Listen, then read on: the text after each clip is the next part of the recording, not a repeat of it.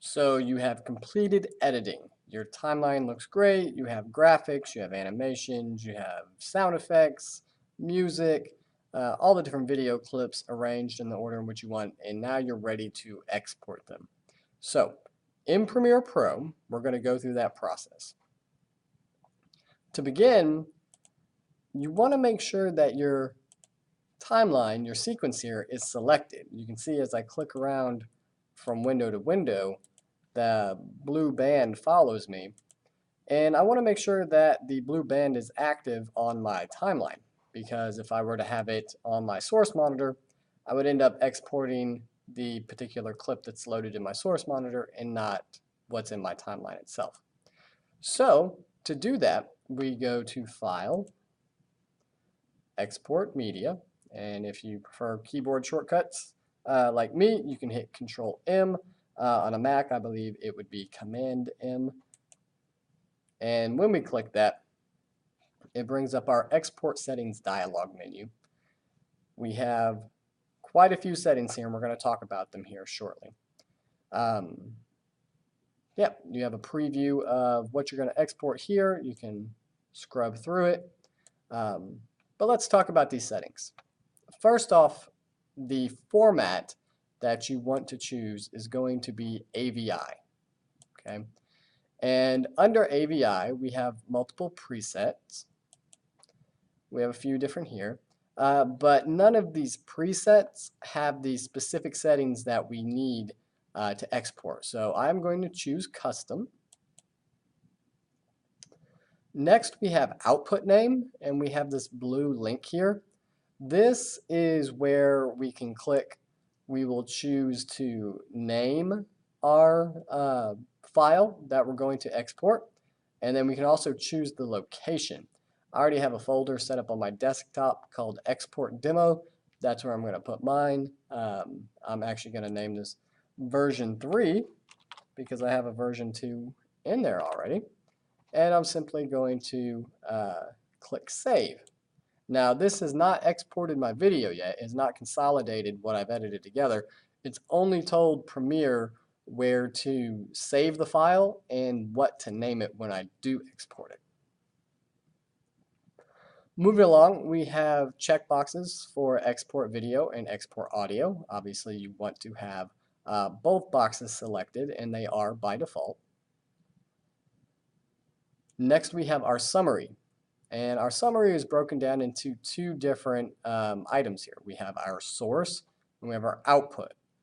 Our source is what the video is that we're editing with.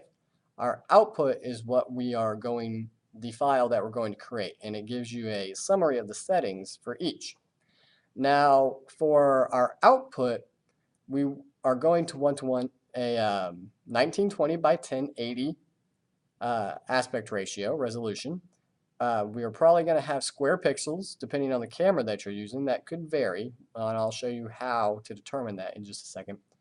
We have our frames per second, FPS. This particular camera shoots at 23.976 frames per second, so we'll match that. And then we have our scan lines, which is progressive, and then we have quality and our audio and so forth. The audio is pretty much good by default, so we really won't touch anything there. And that's what we're going out to. Our source, again, is 1920 by 1080 with the square pixel aspect ratio of 1.0. And then our frames per second is 23.976, and our scanning, lines of scanning is progressive. Okay, so let's get more specific on how we correctly match our settings, our output settings, to our source. Okay. For the video codec, there are a few different options here. For what we're looking for, we are going to choose none.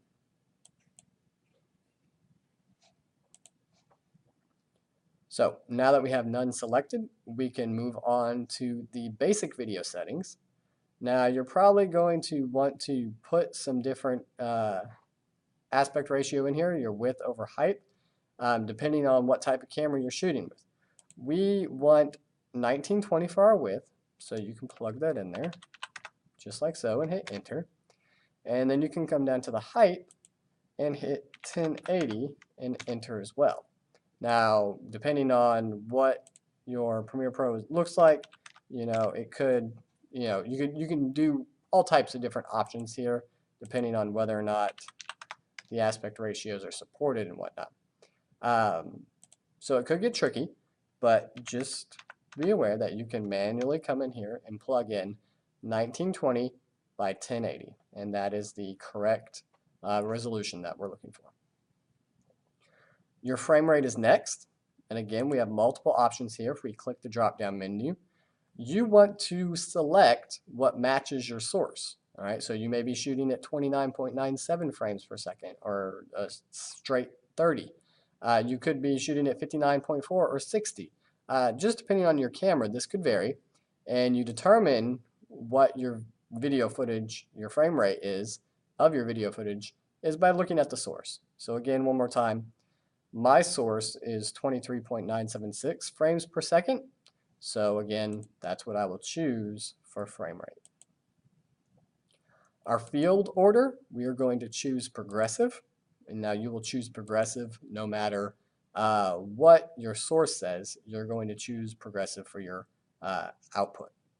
And again, we want to match our aspect ratio, or our pixel aspect ratio, that is.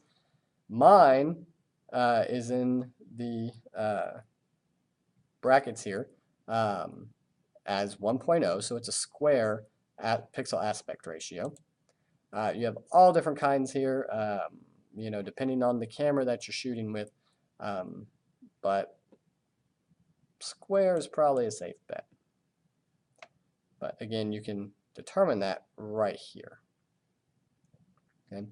Just for quality purposes, I am going to render at maximum depth. So I'll turn that on, and then you can choose that setting there, 24 or 32-bit. Either one will get the job done. I'm going to choose 32. And if we scroll down just a little bit more, it will ask you whether or not you want to optimize stills.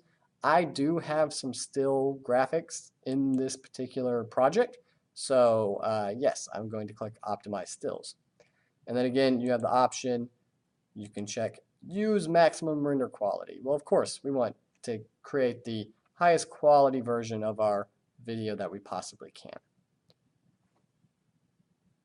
That is all of the settings that you need to be concerned about, and with the proper settings, you will get a good render.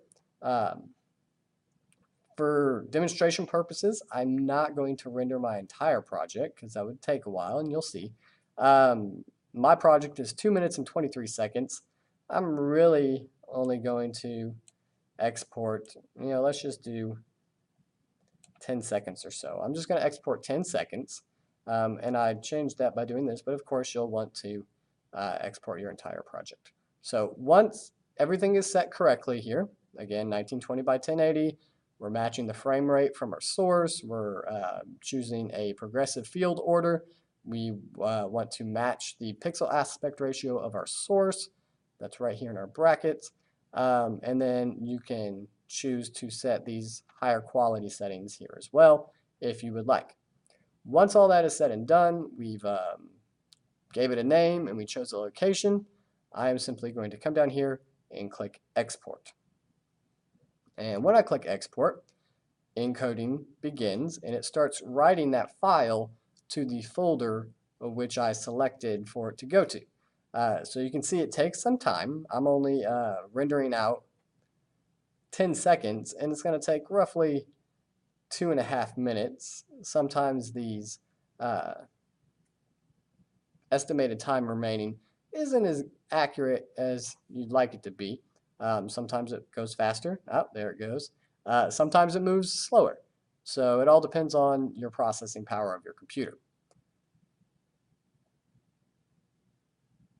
And it is not uncommon for it to hang up at 99% and sit there for a second. That happens all the time. If it does, don't worry. Just take a break. It'll eventually go through. And then once it does, that dialog box will disappear, and you can navigate to the folder which you saved your work in.